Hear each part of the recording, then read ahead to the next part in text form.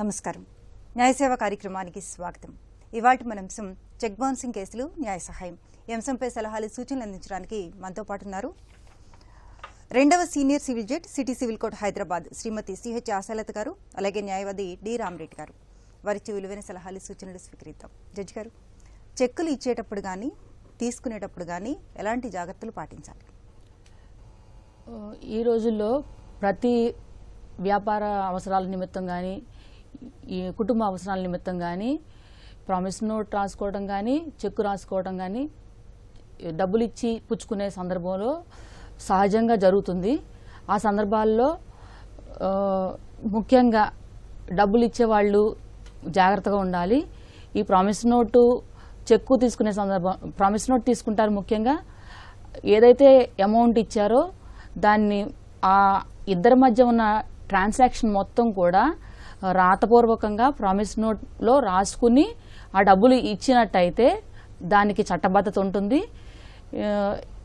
In case ఫ్యూచర్లో repayment చేయని నిమిత్తంలో, అంటే మళ్ళీ తిరిగి పే చేయని సందర్భంలో ఇన్ కేసు పేమెంట్ చేస్తాను అని అతను ఒక చెక్ ఇచ్చిన సందర్భంలో దాన్ని ఈ పేయి అంటే చెక్కు తీసుకున్న అతను బ్యాంకులో ప్రజెంట్ చేసిన సందర్భంలో జాగ్రత్తగా ముందు డబ్బులు ఇచ్చిన రోజే జాగ్రత్త పడితే దాన్ని చట్టపూర్వకంగా అమలు చేసుకోవడానికి ఉపయోగపడుతుంది. మనకి నెగోషియబుల్ ఇన్స్ట్రుమెంట్ యాక్ట్ తీసుకురావడానికి ముఖ్య ఉద్దేశమే ఈ ప్రామిస్ నోట్ కానీ చెక్కుని కానీ చట్టబద్ధత తీసుకురావటం.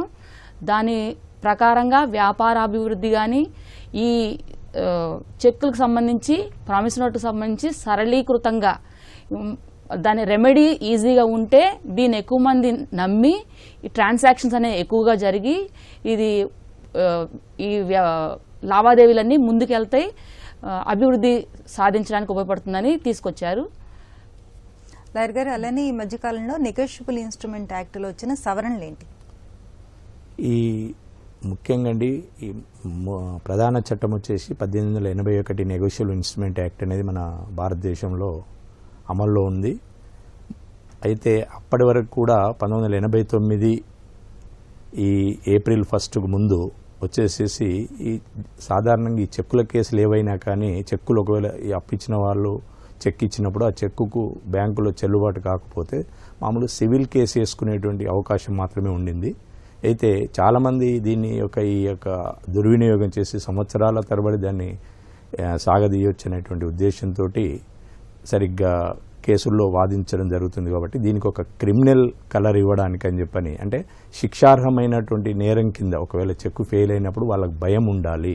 చెక్కు ఇచ్చే వాళ్ళకి కానీ తీసుకునే వాళ్ళకు కూడా ఇప్పుడే న్యాయమూర్తి గారు చెప్పినట్టు ఈ చెక్కు అనేది సాధారణంగా ఒక 100 రూపాయల నుండి ₹1,00,00,000 10 కోట్లైనా ఆ యొక్క డాక్యుమెంట్కి అంత వాల్యూ ఉంటుంది దానికి. కాబట్టి ఆ వ్యవహారంలో నగదు రూపాన చెల్లించలేనప్పుడు ఈ చెక్కులు ఇచ్చి వ్యవహారాలు చేసుకుంటారు. కాబట్టి డబ్బు ఇచ్చిన వాళ్ళకి కానీ అరువు ఇచ్చిన వాళ్ళకి కానీ ఈ యొక్క చెక్కులు ఉండడం వల్ల ఒక ధైర్యం ఉంటుంది. కాబట్టి చెక్కులు చెల్లుబాటు కానప్పుడు దీనికి ఒక క్రిమినల్ చట్టం తీసుకురావాలని చెప్పని యాక్ట్ 66/2018 చట్టం తీసుకురావడం జరిగింది. దాని నుంచి 1 ఏప్రిల్ 1989 నుండి ఈ యొక్క సెక్షన్ 138 అనేది నుంచి 142 వరకు ఆ రోజు దాన్ని ప్రవేశపెట్టడం జరిగిందండి. ఇప్పుడు నడుస్తున్నటువంటి చెక్ బౌన్స్ కేసెస్ అన్నీ కూడా దాదాపు ఆ యొక్క సెక్షన్ 138ని బేస్ అయ్యి నడుస్తున్నాయి. కాబట్టి అది ఒక అమెండ్మెంట్ అండి. మళ్ళీ దాదాపు చాలా 2002లో దాని యొక్క కాల పరిమితి ముందు చెక్కు రెడీగా ఉన్నారండి. మళ్ళీ కంటిన్యూ చేద్దాము. విశాఖపట్నం నుంచి మూర్తి గారు. హలో మూర్తి గారు, నమస్తే అండి. నమస్తే అండి, చెప్పండి. మాకు ఒక ఆవిడ సెల్ని చెక్ ఇచ్చింది మేడం గారు. చెక్ 1,20,000 కి ఓకే ఇస్తే అది ఏం చేశారంటే మామూలుగా చెక్ క్యాట్లు వేస్తే మధ్య బ్యాంకులో వేస్తే చెక్ బౌన్స్ అయి వచ్చిందండి. అయితే మేము వెళ్ళి అడిగితే ఆవిడ అన్నది నంబర్లు అన్ని బ్లాక్ చేసి నెట్వర్కింగ్ చేసుకుని ఎవరు చెప్పండి చెప్పు అని సమాధానం చెప్పిందండి. ఓకే. అయితే చెక్ ఇచ్చిన ఆవిడ డిపార్ట్మెంట్ లో పనిచేస్తుంది, పోలీస్ డిపార్ట్మెంట్ లో. దీన్ని అడ్డం పెట్టుకొని ఈవిడ ఇలాగ మాట్లాడుతుంది.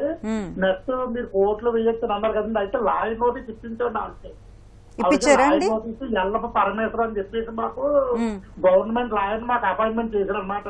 ఓకే. అయితే నోటీసు పంపిన తర్వాత వాళ్ళు ఏం చేశారో రిటర్న్ వచ్చిందన్నమాట, డోర్ క్లోజ్ చేశారని చెప్పేసి. అయితే ఈ లాయర్ గారు మేము అసలు నేను చేయలేని చెప్పేసి దగ్గర 8 మాసాల నుంచి మమ్మల్ని అలాగే అదిగో ఇచ్చేతను ఇదిగో ఇచ్చేతను అదిగో ఇచ్చేతను అని చెప్పేసి వేయకుండా కోర్టులో అసలు కేసు వేయలేదండి ఈయన. అసలు కోర్టులో కేసే వెయ్యలేదు. ఓకే.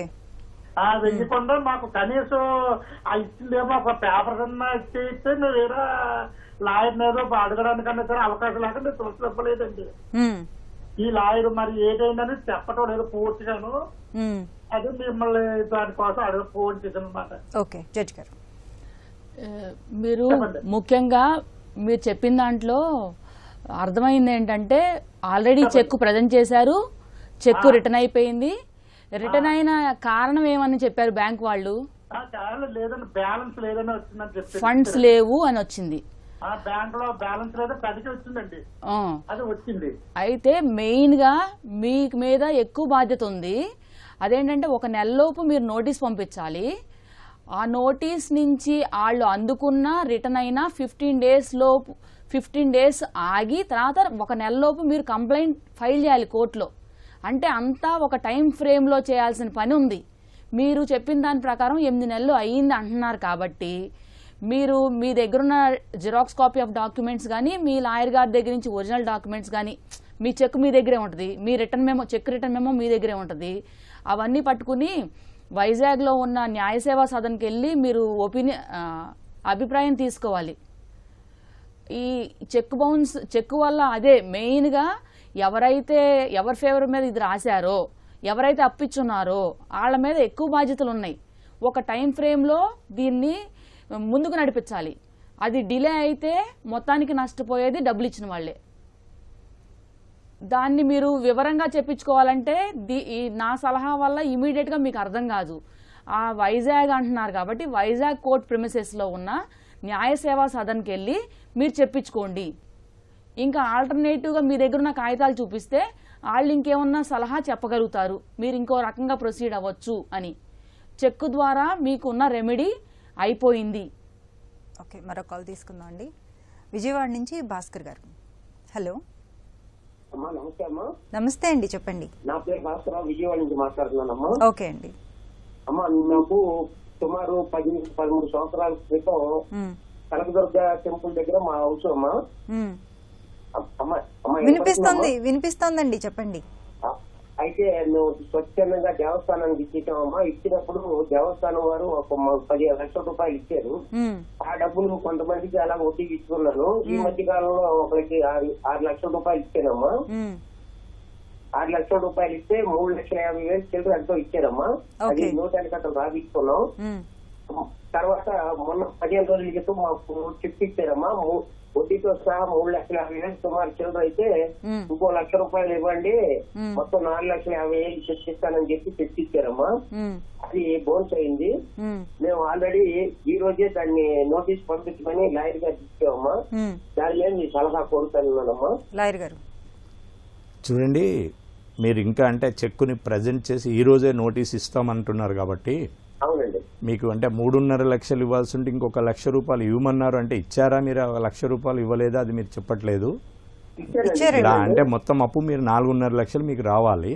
4.5 లక్షలకి మీరు నోటీస్ ఇచ్చినప్పుడు మీరు చేయాల్సిందని మీ లాయర్ గారి ద్వారా నోటీస్ ఇస్తారు కాబట్టి అది వాళ్ళ నోటీస్ ముట్టిన తర్వాత, వాళ్ళ పోస్ట్లో ముట్టిన తర్వాత అది ఒక 15 రోజులు వాళ్ళకి సమయం ఇవ్వాల్సి ఉంటుంది పేమెంట్ చేయడానికి.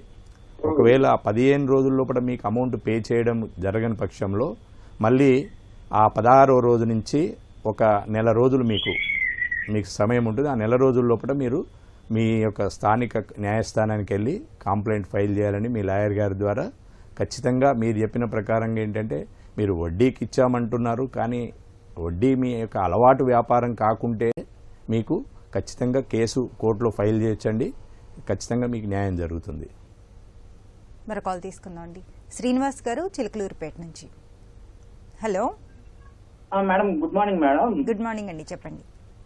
మేడం, మేము రీసెంట్ గా మా నైబర్ కి ఒక 1 lakh రూపీస్ ఇంట్రెస్ట్ కి ఇచ్చాం మేడం గారు.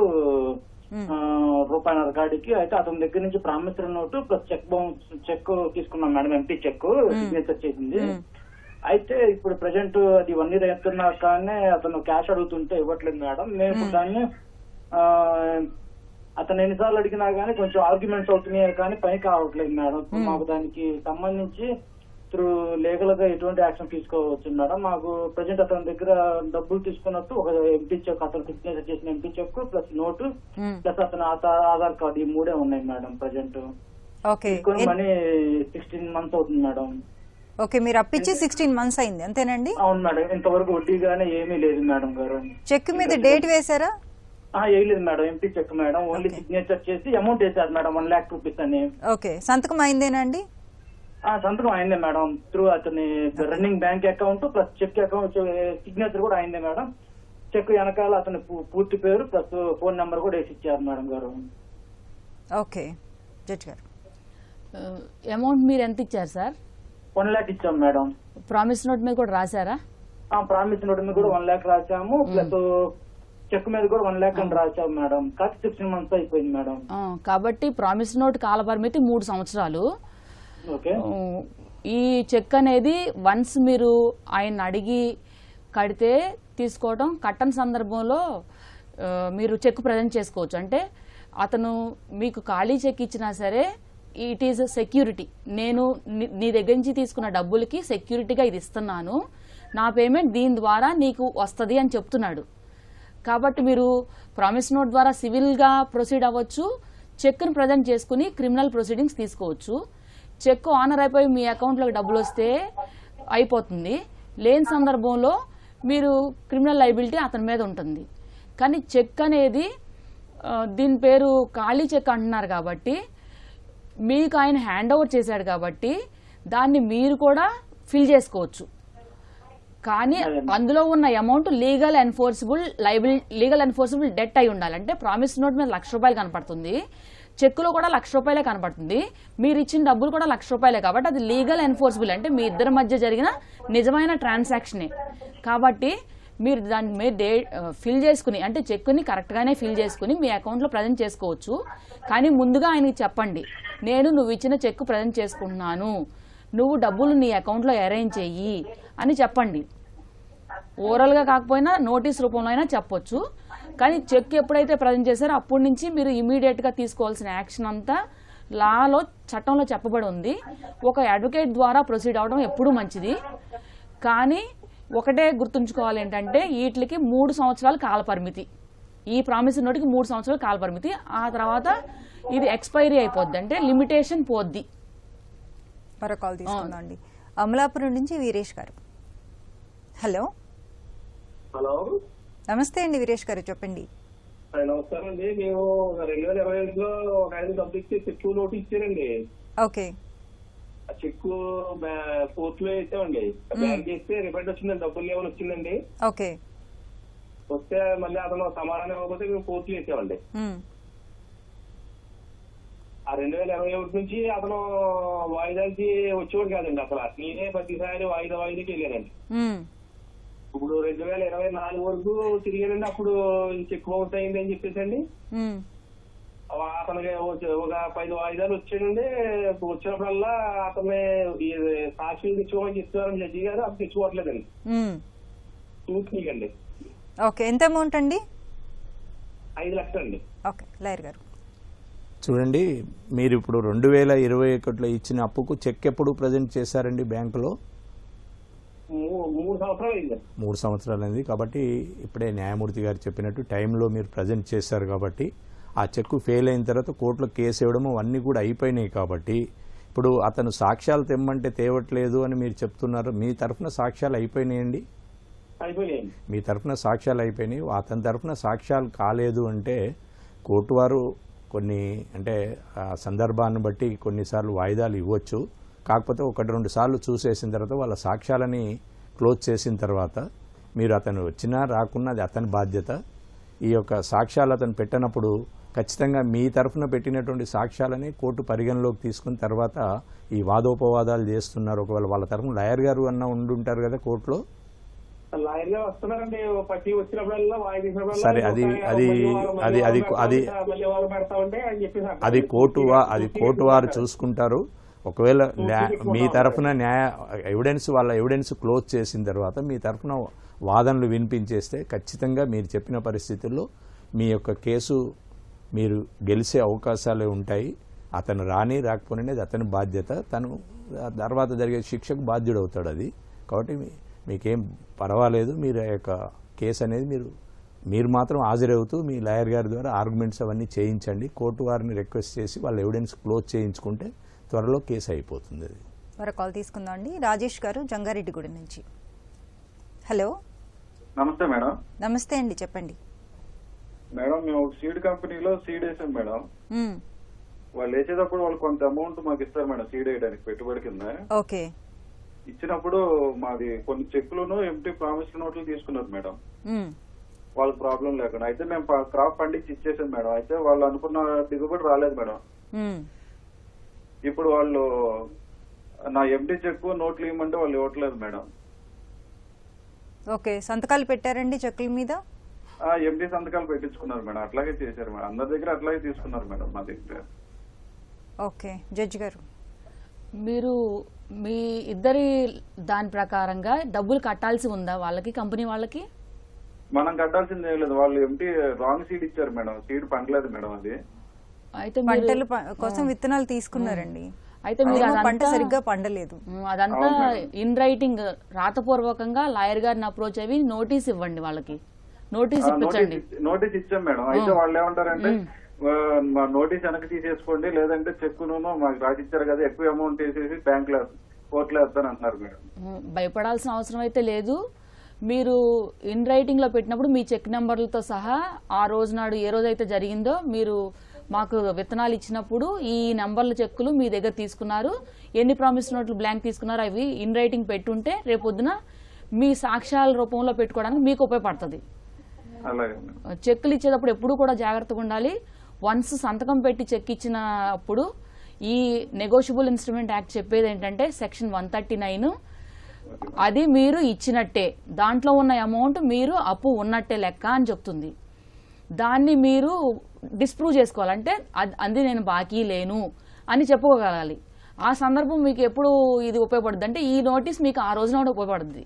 ఆల్రెడీ నేను నోటీస్ పంపించాను, నేను లయబిలిటీ లేను, సీడ్ పండలేదు అంటే ఆ రోజునాడు మీరు సీడ్ తీసుకున్నారు కదా, కొంత అమౌంట్ మీరు వాళ్ళకి అప్పు ఉన్నారు కదా, ఆ అప్పు అయితే మీరు కట్టాల్సిందే, దాన్ని దాటి అడిగే హక్కు వాళ్ళకి లేదు. కాల్ తీసుకుందండి. హైదరాబాద్ నుంచి రాజు గారు. హలో. హలో, నమస్తే అండి, చెప్పండి. రాజు గారు చెప్పండి. కాల్ ఇచ్చారండి, మీ సమస్య ఏంటో చెప్పండి. మేము ఒకరికి అమౌంట్ ఇచ్చామండి, ఒక 6 lakhs అమౌంట్ మా ఫ్రెండ్ ద్వారా ఇప్పించామండి. అతను తీసుకున్న అతను ప్రామిస్ నోట్ చెక్ ఇచ్చాడు మాకు. ఓకే. మేము వచ్చేసి ఆ ఫ్రెండ్ కూడా చెక్ ఇచ్చాడు మాకు, ఇంకో ఆయన పర్సనల్ చెక్ కూడా ఇచ్చాడు ఎక్స్ట్రా, కానీ అమౌంట్ ఇవ్వట్లేదండి. దానికి ఎట్లా మేము ప్రొసీడ్ అవ్వాలి? అడిగితే ఏమంటున్నారండి? ఇస్తామండి, డబ్బులు వస్తావి ఇస్తాం, డబ్బులు రావాలి. జస్ట్ 3 months కానీ ఏదో అభ్యంతరం తీసుకున్నారు, ఏదో ఎస్టేట్ ల్యాండ్ కొంటున్నామని. 1 year అవుతుంది, ఇప్పుడు 1 year అవుతుంది. ఇప్పుడు పోస్ట్ పోన్ చేస్తున్నారు కానీ డబ్బులు ఇవ్వట్లేదు. ఆ చెక్కుల మీద డేట్లు ఏమన్నా వేసారండి వాళ్ళు? వేలేదండి. ఓకే, ప్రామిసరీ నోట్ కూడా ఇచ్చారా?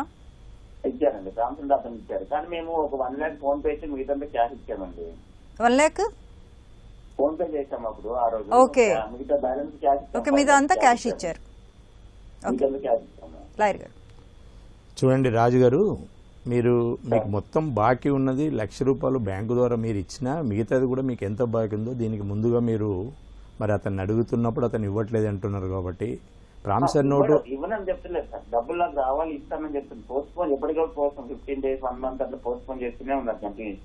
మరి మీరు ఎదురు చూస్తారా లేదా ఈ చట్టాన్ని వాడుకొని మీరు మీ లాయర్ గారిని సంప్రదించి ఆ యొక్క చెక్కుని బ్యాంకులో ప్రజెంట్ చేసిన తర్వాత మీకు ఎంత అమౌంట్ రావాలో అంతే రాస్తాడు. అతను అమౌంట్ కూడా వేసేసారు కదా, చెక్కులో రాసారా? సో ఆ చెక్కు మాత్రం అంతవరకే పనికొస్తుందండి. మీకు ఇంకా ఎక్కువ డబ్బులు రావాల్సిన సందర్భం ఉంటే సివిల్ కేసులో ఆ ప్రామిసరీ నోటుని దాన్ని ఆధారం చేసుకొని తర్వాత వేరే సివిల్ కేసు కూడా వేసుకోవచ్చు. సివిల్ కేసులో మాత్రం మీకు ఎంత రావాలి సాక్ష్యాలతో చూపించండి. ఇది మాత్రము చెక్కు మాత్రం ₹1,00,000 కోసం మీరు ప్రజెంట్ చేయండి. అది ఒకవేళ ఆనర్ అయితే మీకు డబ్బులు వచ్చేస్తే, లేదనుకోండి మీ లాయర్ గారిని సంప్రదించి ఒక నోటీస్ ఇవ్వండి. నోటీస్ ఇచ్చిన తర్వాత కూడా డబ్బులు ఇవ్వకపోతే మీకు మీ యొక్క కోర్టుని సంప్రదించండి. మీ బ్యాంక్ ఎక్కడైతే ఉందో మీ ప్రజెంట్ చేసిన బ్యాంకు ఏరియా కోర్టులో మీ లాయర్ గారు కేసు ఫైల్ చేస్తారు. చెక్కుని ఖచ్చితంగా మీకు ఇంకా ప్రజెంట్ చేయలేదు కాబట్టి ప్రజెంట్ చేసుకోండి. అది మీ దగ్గర ఉంటే ఉపయోగం లేదు కాబట్టి, అతను డబ్బులు ఇలా ఇవ్వట్లేదు కాబట్టి, మీకు నమ్మకం కలగట్లేదంటే మాత్రం చెక్కును ప్రజెంట్ చేసుకుంటే చట్టం అనేది మీకు సహకరిస్తుంది. సివిల్ కేసు కూడా వేసుకోవచ్చండి. మీకు ఈ చెక్ అమౌంట్ని మొత్తం మీకు రావాల్సిన అమౌంట్ని కూడా సివిల్ కేసులో మాత్రమే వివరంగా రాసి అక్కడ కూడా మీరు వేరే కేసు ఫైల్ చేసుకోవచ్చు. మరో కాల్ తీసుకుందాం అండి. ప్రకాశం జిల్లా నుంచి రమేష్ గారు. హలో, నమస్తే మేడం. నమస్తే అండి, చెప్పండి. నేను 4 వీలర్ ఒకటి తీసుకున్నానండి, దానికి చెక్కులు ఇస్తున్నానండి. తర్వాత ఏంటంటే నాకు సైబర్ క్రైమ్ అయ్యి అమౌంట్ పోతే వాళ్ళకి వెళ్ళి ఇన్ఫార్మ్ చేశారు, హిందూజా ఫైనాన్స్ వాళ్ళకి ఇచ్చాను. తర్వాత వాళ్ళు ఏం చెప్పారంటే ఇంకొక అకౌంట్ నుంచి చెక్ తీసుకురా అండి, అది ఇస్తే ఇది క్యాన్సిల్ చేసి అది మార్చుతామని చెప్పారండి. ఎంటీ చెక్ మీద సంతకం పెట్టించుకొని కర్ణాటక బ్యాంక్ ఇచ్చానండి.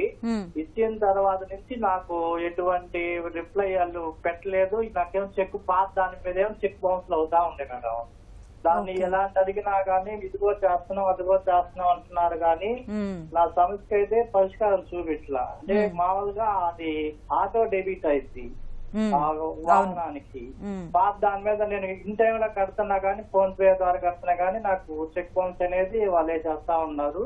ఆ డబ్బులు బ్యాంక్ కార్డు అడిగితే వాళ్ళు చెప్పేందంటే మీకు బౌన్సింగ్ పడతానే ఉందండి, అది మీరు మార్చుకోండి అని వాళ్ళు చెప్పారు అక్కడ మేనేజర్ గారిని అడిగితే. వీళ్ళని కన్సల్ట్ అయ్యి వీళ్ళని అడిగితే ఇదిగో చేస్తున్నాము, మీరు ఇచ్చిన చెక్కు ఫార్వర్డ్ చేస్తున్నాం, అది దాని చేయట్లేదు మరి. దానికి ఎటువంటి పరిష్కారం ఉందనేది నాకు అర్థం కావట్లేదు. ప్రతి నెల 5వ తారీఖు చెక్ అనేది మనం అమౌంట్ కట్టాలి ఈఎంఐ ద్వారా. కానీ అకౌంట్ ఇచ్చాను కానీ వాళ్ళు ఇంతవరకు చేయట్లేదండి. ఓకే జడ్జ్ గారు, ఇది సేవా లోపం అనుకోవచ్చు కదండి. హలో, ఏ బ్యాంక్ అండి? నేను యూనియన్ బ్యాంక్ లో ఫస్ట్ ఇచ్చానండి చెక్కులు. ఆ తర్వాత అది సైబర్ క్రైమ్ అయిన తర్వాత వాళ్ళకి వెళ్ళి ఇన్ఫార్మ్ చేశాను, ఇట్లా జరిగిందండి, నాకు అది అకౌంట్ సీజ్ చేశారు, మీరు ఇంకో అకౌంట్ ఇవ్వండి అంటే ఇచ్చాను. అది కర్ణాటక బ్యాంక్ తీసేసి మళ్ళీ కొత్తగా ఇచ్చాను. ఇస్తే వాళ్ళు అప్పటి నుంచి అదేమంటే మామూలుగా మార్చి నెలలో జరిగింది సైబర్ క్రైమ్. మార్చ్ 2025 ఈ యొక్క ఫైనాన్స్ ఇయరండి, ఈ మంత్ కాదంటే సరే దానికి ఓకే, తర్వాత నెలన్నా ఏంటంటే వేయలేదు, మొన్న అడిగితే మొన్న కూడా చేయలేదండి ఇప్పుడు దాకా. సో ప్రతి నెల చెక్ బౌన్స్ అవుతుంది, వాళ్ళకి ఇన్ఫార్మ్ చేసినా కూడా మార్చమని మార్చకుండా ఉన్నారు. మార్చలేదండి. నేను అమౌంట్ అయితే ఫోన్ పే లైనా నాకు ఇచ్చిన నెంబర్ ఒకటి ఉంది, ఆ నెంబర్ ద్వారా నేను కట్టేస్తున్నా, ఇన్ టైమ్ లోనే కట్టేస్తున్నా కానీ నాకు ప్రాసెస్ అవ్వట్లా. ఓకే, మేనేజర్ గారితో మాట్లాడితే ఏమంటున్నారు? అది మీరు ఆ అకౌంట్ మీరు అక్కడ మార్పించుకోండి, వీలైతే డైరెక్ట్ గా అక్కడ చెక్ బౌన్స్ అయితే అవుతున్నాయండి మీకు అని చెప్పారండి. ఆ బ్యాంక్ లోనే సాల్వ్ చేసుకోవాలి problem. Earlier bank account number మార్చేసి కొత్త బ్యాంక్ అకౌంట్ నంబర్ వాళ్ళకి కమ్యూనికేట్ చేసేటట్టు చూసుకోవాలి. అది చేయట్లేదు మేడం వాళ్ళు ఎంత చెప్పినా కానీ. అంటే అది వేరే బ్యాంక్, ఇది వేరే బ్యాంక్ కదా మేడం. సో బ్యాంక్ వాళ్ళకన్నా కూడా ఇప్పుడు ఇతను ఇచ్చిన ఇన్ఫర్మేషన్ తీసుకొని హిందూజా ఫైనాన్స్ అండి మీరు చెప్పింది, ఈ హిందూజా ఫైనాన్స్ వాళ్ళు యాక్సెప్ట్ చేయాలి కదండి, ఆ చెక్కులు క్యాన్సిల్ చేసి దీన్ని కొత్త అకౌంట్ ని కొత్త బ్యాంక్ అకౌంట్ ని వీళ్ళు కదా తీసుకోవాలి. మేడం చేయట్లేదు, హిందూజా ఫైనాన్స్ వాళ్ళే చేయట్లేదు, నేను ఇచ్చింది వాళ్ళకే ఇచ్చా. హిందూజా ఫైనాన్స్ వాళ్ళనే కన్సల్ట్ అయ్యి విషయం చెప్పాను, సీజ్ చేశారండి, ఆ అకౌంట్ ఇప్పుడు కలవదు, వాళ్ళు 90 రోజుల దాకా దాన్ని సీజ్ చేసేసారు, ఓపెన్ చేయదని చెప్పాను. వాళ్ళే సలహా ఇచ్చారు, ఆ సలహా ఇచ్చింది కూడా హిందూజా ఫైనాన్స్ వాళ్ళే. ఇంకో చెక్ ఇంకో బ్యాంక్ అకౌంట్ తీసుకుని ఇస్తే దాన్ని మారుస్తాము, నెక్స్ట్ నుంచి దాని నుంచి కట్ అవుతా ఉంటాయి అని చెప్పారండి. ఏ ఊర్లో ఇదంతా? ప్రకాశం జిల్లా. ప్రకాశం జిల్లా ఒంగోలా? ఒంగోలులో కోర్టు బిల్డింగ్ ఉందా? కోర్ట్స్ ఉన్నాయా? కోర్ట్స్ లో న్యాయసేవ దగ్గరికి వెళ్ళి ప్రీ లిటిగేషన్ కేసు అని ఒకటి వేయండి హిందూజా మీద. దాంట్లో ఏమని రాస్తారంటే, నేను బ్యాంక్ అకౌంట్ చేంజ్ చేసి నా అకౌంట్ నంబర్ ఇచ్చి దాంట్లోంచి క్రెడిట్ చేసుకోండి ప్రతి నెల ఈఎంఐ అని మీకు ఇచ్చి 2 months అయిపోయింది, మీరైనా సరే చెక్స్ ఇంటెన్షనల్ గా డిజానర్ చేస్తున్నారు, మీ మీద యాక్షన్ ఎందుకు తీసుకోకూడదు అని న్యాయసేవ నుంచి ఒక నోటీస్ పంపించుకోండి. అప్పుడు వాళ్ళు మీది సెట్ రైట్ చేసేస్తారు. మరి మీరు పర్సనల్గా వెళ్ళి అడిగితే వాళ్ళు మాట వింటలేదు కాబట్టి న్యాయ సేవాధికార సంస్థకి వెళ్ళి వాళ్ళ హెల్ప్తో మీరు ముందుకు వెళ్ళండి. లేదు తెలిసిన లాయర్ గారు ఉంటే చేయించుకోగలంటే ఒక నోటీస్ పంపించుకున్నా సరిపోద్ది. మరో కాల్ తీసుకుందాం అండి. హైదరాబాద్ నుంచి వెంకటేశ్వర్లు గారు. హలో, నమస్కారం అండి అందరికి. నమస్తే అండి, చెప్పండి. చిన్న 1 minute టైం ఇస్తారు మేడం, జస్ట్ చెప్తాను కేసు. చెప్పండి. నేను 2016లో మేడం మా తెలిసిన ఫ్రెండ్ కి 8 లక్షలు ఇచ్చాను మేడం. దానికి అది క్యాష్ ఇచ్చాను మేడం. దానికి ఇంట్రెస్ట్ ఎవ్రీ మంత్ బ్యాంక్ లో ఇచ్చారు మేడం. ఓకే. అది ఒక 14 మంది యాక్చువల్ గా నాకు 8 లక్షలు ఇచ్చే అమౌంట్ పాలియాక్టర్కి ఇచ్చానండి. 14 months ఇంట్రెస్ట్ ఇచ్చారు మేడం. ఇంట్రెస్ట్ ఇచ్చారు, బ్యాంక్ ద్వారా ఇచ్చారు మేడం ఇంట్రెస్ట్ వాళ్ళు. 2018లో మళ్ళీ ఒక 7 lakhs ఇచ్చారు మేడం. ఇచ్చిన తర్వాత అది అంటే బ్యాంక్ ద్వారా ట్రాన్స్ఫర్ చేశారు మేడం వాళ్ళకి, ఆర్టీజీలో ట్రాన్స్ఫర్ చేశారు. తర్వాత వాళ్ళు కొంత అమౌంట్ రిఫండ్ ఇచ్చారు మేడం, చేశారు. తర్వాత చెక్స్ ఇచ్చారు మేడం, బ్లాంక్ చెక్స్, ప్రామిసరీ నోట్లు కూడా ఇచ్చారు మేడం. ఓకే. నేను ఈ నెల మే నెల 15వ తేదీన ఇలా మీరు డబ్బులు నీకపోతే నేను 19వ తారీఖు చెక్స్ బ్యాంక్ లో ప్రజెంట్ చేస్తానని చెప్పి మెసేజ్ పెట్టాను, వాట్సాప్ మెసేజ్. నేను మండే అంటే 19th పే చేస్తామని చెప్పారు మేడం. వాళ్ళు పేమెంట్ చేయలేదు మేడం. ఓకే. ఇప్పుడు నేను 21st మొన్న చెక్స్ ని బ్యాంక్ లో వేశాను మేడం. వేస్తే బ్యాంక్ నుంచి అడ్వైస్ నాట్ రిసీవ్డ్ అని వచ్చింది మేడం. ఏమొచ్చిందండి? అడ్వైస్ నాట్ రిసీవ్డ్ అని వచ్చింది. ఓకే. అంటే వచ్చిన తర్వాత ఇప్పుడు కరెంట్ సిచ్యువేషన్ అది మేడం. ఇప్పుడు నేను అడ్వైస్ నాట్ రిసీవ్డ్ అన్న తర్వాత మళ్ళీ నేను అది ఏం చేయాలి క్లారిఫై చేయండి. వెంకటేశ్వర్లు గారు, చెప్పండి సార్. మీరు చెక్కు ఏమని రిటర్న్ వచ్చిందని చెప్పారు, ఒకసారి చెప్పండి. Advice not received. Advise not received. అలాంటి కారణం అంటే మీరు చెక్కు ప్రజెంట్ చేశారు, ఎన్ని లక్షలకు వేశారు చెక్కు ఎన్ని లక్షలది?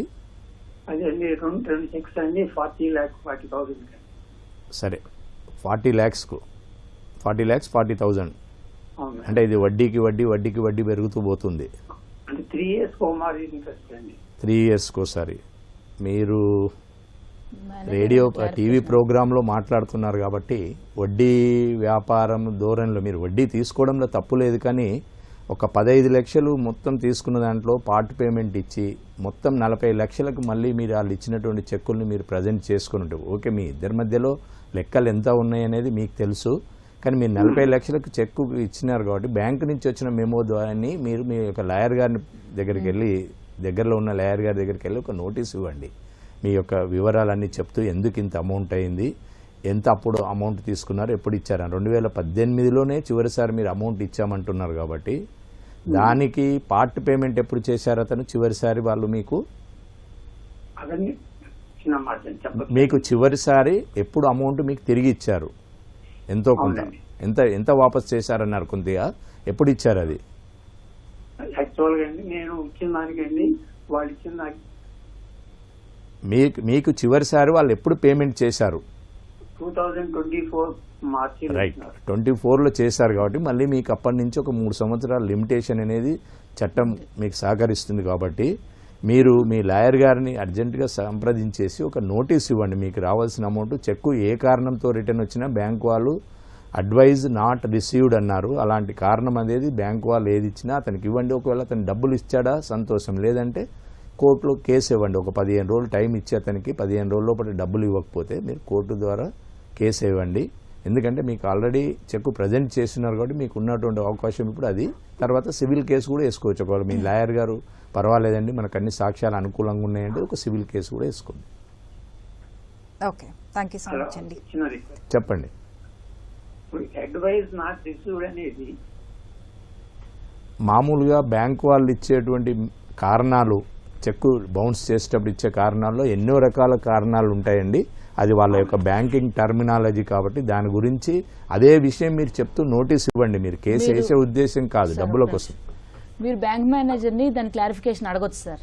ఇన్ రైటింగ్ బ్యాంక్ మేనేజర్కి ఇవ్వండి ఒక లెటరు, సార్ నాకు దీని మీనింగ్ చెప్పండి అంటే ఆయన ఇది పాయింట్ నంబర్ అని ఒక వాళ్ళ దగ్గర ఉంటుంది, స్టాండర్డ్ ఫార్మాట్ ఉంటుంది, దీంట్లో పడుతుంది అంటారు. ఇన్ కేసు మన ఎన్ఐ యాక్ట్లో అది రాదు అంటే మీ లాయర్ గారు ఏం చెప్తారంటే మళ్ళీ ఒకసారి ప్రజెంట్ చేయండి చెక్, రీజన్ మళ్ళీ వస్తుంది. ఎన్నిసార్లు అయినా ప్రజెంట్ చేసుకోవచ్చు చెక్. ఓకే అండి, థ్యాంక్ యూ సో మచ్. ఇప్పటి వరకు మనం చెక్ బౌన్సింగ్ కేసులు న్యాయ సహాయం అంశంపై సలహాలు సూచనలు స్వీకరించాం. వచ్చే శనివారం 9:30 న్యాయ సేవ కార్యక్రమంలో మళ్ళీ కలుసుకుందాం. అంతవరకు సెలవు. నమస్కారం.